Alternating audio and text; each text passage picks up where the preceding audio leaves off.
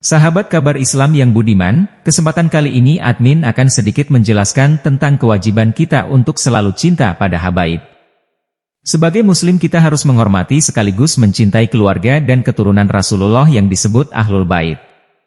Rasulullah memang mengimbau agar umatnya menghormati dan mencintai keluarga dan keturunannya.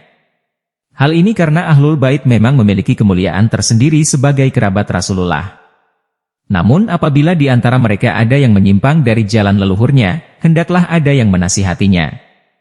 Imbauan seperti itu sebagaimana dikemukakan oleh salah seorang ulama sekaligus Habib yang merupakan dzurriyyah Rasulullah asal Tarim Hadramaut Yaman, yakni Allamah Sayyid Abdullah bin Alawi Al-Haddad dalam kitabnya berjudul Al-Fushul Al-Ilmiyah wal Ushul Al-Hikamiyah. Beliau menjelaskan bahwa Ahlul Bait memiliki kemuliaan tersendiri, dan Rasulullah telah menunjukkan perhatiannya yang besar kepada mereka.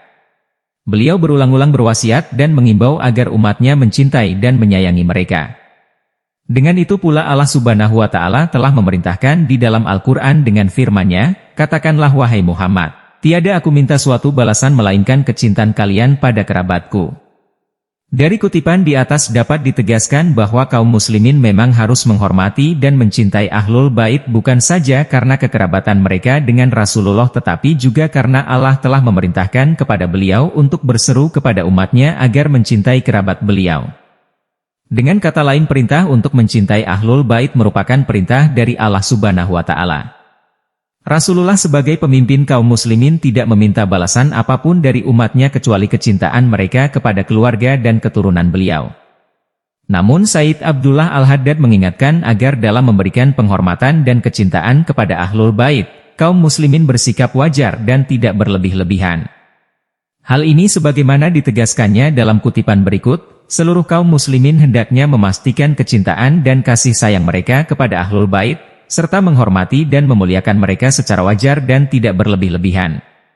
Terhadap Ahlul Bait yang menyimpang dari apa yang dicontohkan Rasulullah, Sayyid Abdullah Al-Haddad mengimbau agar mereka tetap dihormati semata-mata karena mereka adalah kerabat Nabi Muhammad dengan tidak meninggalkan perlunya memberikan nasihat kepada mereka sebagaimana kutipan berikut, "Adapun mereka yang berasal dari keluarga dan keturunan Rasulullah ini yang tidak menempuh jalan leluhur mereka yang disucikan, lalu mencampur adukan antara yang baik dan yang buruk disebabkan kejahilannya, seyogianya lah mereka tetap dihormati semata-mata karena kekerabatan mereka dengan Nabi.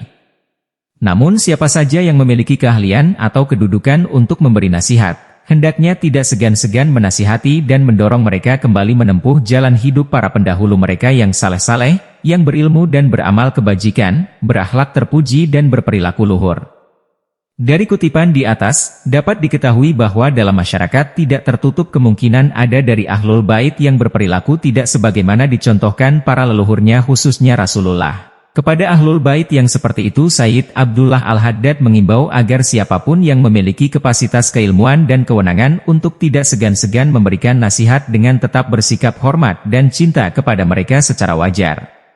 Nasihat-nasihat yang hendaknya disampaikan kepada mereka adalah perlunya kembali menempuh jalan hidup sebagaimana para pendahulu yang berilmu dan beramal saleh serta berakhlak mulia sebagaimana dicontohkan baginda Rasulullah. Imbauan dari Sayyid Abdullah Al-Haddad ini sekaligus merupakan jawaban atas adanya sikap sebagian kaum muslimin yang menganggap bahwa jika ada dari Ahli Bait yang melakukan perbuatan-perbuatan yang menyimpang dari agama, mereka tidak perlu diingatkan karena menganggap Rasulullah sudah pasti akan memberinya syafaat di akhirat kelak. Sayyid Abdullah Al-Haddad tidak setuju atas anggapan seperti itu sebagaimana kutipan berikut, ada yang mengatakan, "Biarlah, mereka adalah dari Ahlul Bait, Rasulullah pasti akan bersyafaat kepada mereka, dan mungkin pula dosa-dosa yang mereka lakukan tak akan menjadi mudarat atas mereka." Sungguh ini adalah ucapan yang amat buruk, yang menimbulkan mudarat bagi si pembicara sendiri dan bagi orang-orang lainnya yang tergolong kaum jahil. Bagaimana bisa seseorang berkata seperti itu, sedangkan dalam Al-Quran, kitab Allah yang mulia terdapat petunjuk bahwa anggota keluarga Rasulullah dilipat gandakan bagi mereka pahala amal baiknya, demikian pula hukuman atas perbuatan buruknya.